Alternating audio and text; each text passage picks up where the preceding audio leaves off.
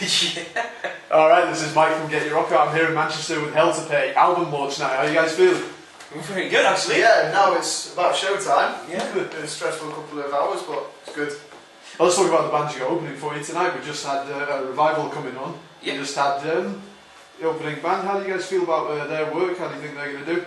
Sounding pretty good out there. I mean, Yeah. to be honest, I've been sat here tuning the guitar for most of that, so apologies, but from what I caught, it's sounding pretty metal. Pretty tight, pretty good. Yeah. Cool. Good way to kick it off. Oh, well, let's talk about the new album then. You've drawn a huge number of influences. What kind of album is this, if you could sum it up? Pretty much like what you said, we do tend to draw quite a large number of influences, so I'd like to think there's a nice chunk of metal on there, there's a bit of classic rock, and then all the little bits in between. Because I generally think that's the kind of band we are. Like, when we first came about, everybody kind of like pigeonholed us as this like kind of like classic rock kind of glam sleaze band, which isn't really very us in a sense. Not that we dislike it or anything, but I like to think that it's the album that we wanted to write, and it's the songs that we're going to enjoy playing and everything else. Cool. Right, well, there's a quote on your Facebook page that's very interesting. You say that you Oh dear. you say you bring classic rock and metal roaring into the 21st century. Do we? What I want to know is, if indeed, because this has happened before, where the band just hasn't had any influence on what's written on the page. No, we probably wrote it. What I would like to know is, do you want rock and metal as a whole to come screaming into the 21st century? Are you dissatisfied with what the older bands are doing nowadays? Or am I reading way too much into it? Way too much. No, not at all. I mean, like, obviously, all the classic rock and metal bands are the bands that we like listening to. Yeah, definitely. I just think what we mean by that comment is we want to update everything. Like, obviously it was great for the time, but we don't want to see bands doing this exact same thing again. We want to put your own spin on it, make it more modern, and bring in other influences from other, like, more modern genres. Like, yeah, metal, pretty much. It's something got like nothing against what they've done. It's just what they've done has been done. So to go out and copy them and do exactly what they're doing wouldn't be much point in it. I think is what we're trying to say, that we just want to put our own spin on their foundations, basically. Trying to recreate as well as pay homage to, or just kind of create your own sound? Well, we've definitely stolen bits. To an extent, I mean, to be honest, we just end up writing songs and writing riffs. There's no mantra behind it in terms of we need to sound like we need to sound like this and we sound like that. We just, that sounds like a class riff, we'll try and make a song out of that, or we've got these parts, let's try and put them together or something like that. So there's no definite, we need to sound like this sort of band from this point and this band from this point. No, there's no guidelines either, and I think the album shows that, with there being such definitive genre styles on the same album as well. Yeah. Cool. Alright, well, you won the 106.1 Real Excess, there's a cheap one for the camera, Battle of the Bands in 2010. Tell us about that experience. That was bonkers, wasn't it? Big time. We hadn't been gigging a lot. I mean, we hadn't been around for very long at the time, and obviously this competition came along and we put a recording up. That was how you got into the competition, by any recording you've done, and then they picked 10 bands which got voted down to 5 that went and did a gig. And I don't know, on the night we were just hoping for the best. We just went out and played like we always do, and everybody seemed to like it. And what we got from that in terms of getting to play the Ritz a couple of times and the Mockfest shows that we've done, it just opened us up to a huge audience in Manchester, and we got to play some great shows out of it. So yeah, it was excellent. Very much, lads. Yeah, How important is it for the metal scene that radio stations like that will have these competitions, and do you think there should be more of it?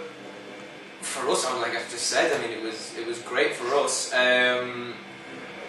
Obviously, that specific radio station is difficult to talk about because it's all changed at the minute, so I don't really know what's going on. But having a local rock station was massive for us because we didn't listen to the radio very much before then, until that station came around. I mean, obviously, just had CDs in the car and whatever else, and it was nice to actually hear some music that you wanted to listen to on the radio again, and obviously presenters that came along with that who were into the same kind of thing. So yeah, massively important. Cool. And if a band was to enter a contest like that today, what advice would you give to them, having been through it? Advice, I'd say just stick to your guns. Yeah, man.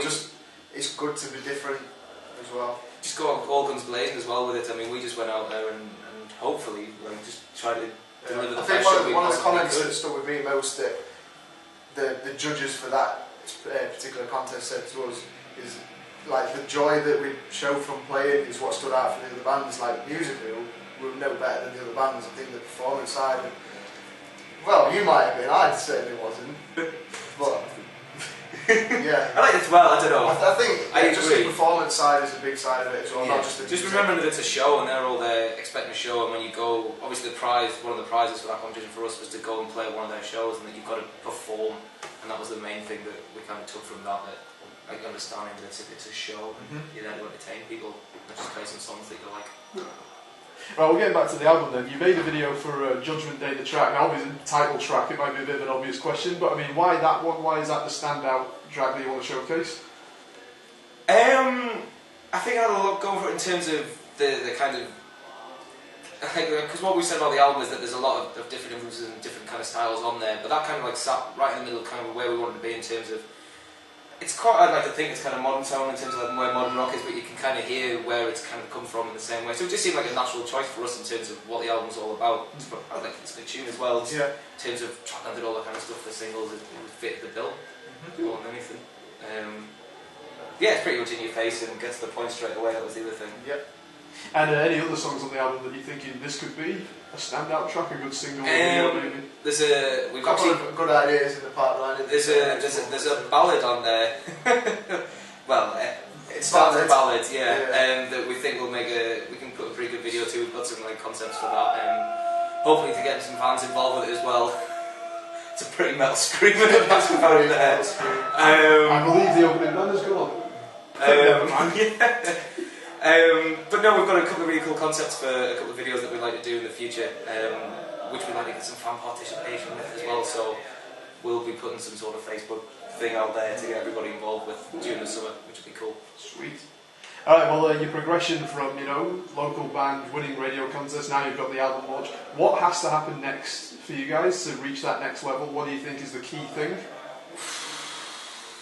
I wish I knew the answer to that. I don't know what I'm doing like that. I don't think there is a particular answer. We're just going to keep doing what we do, and like we're just happy to.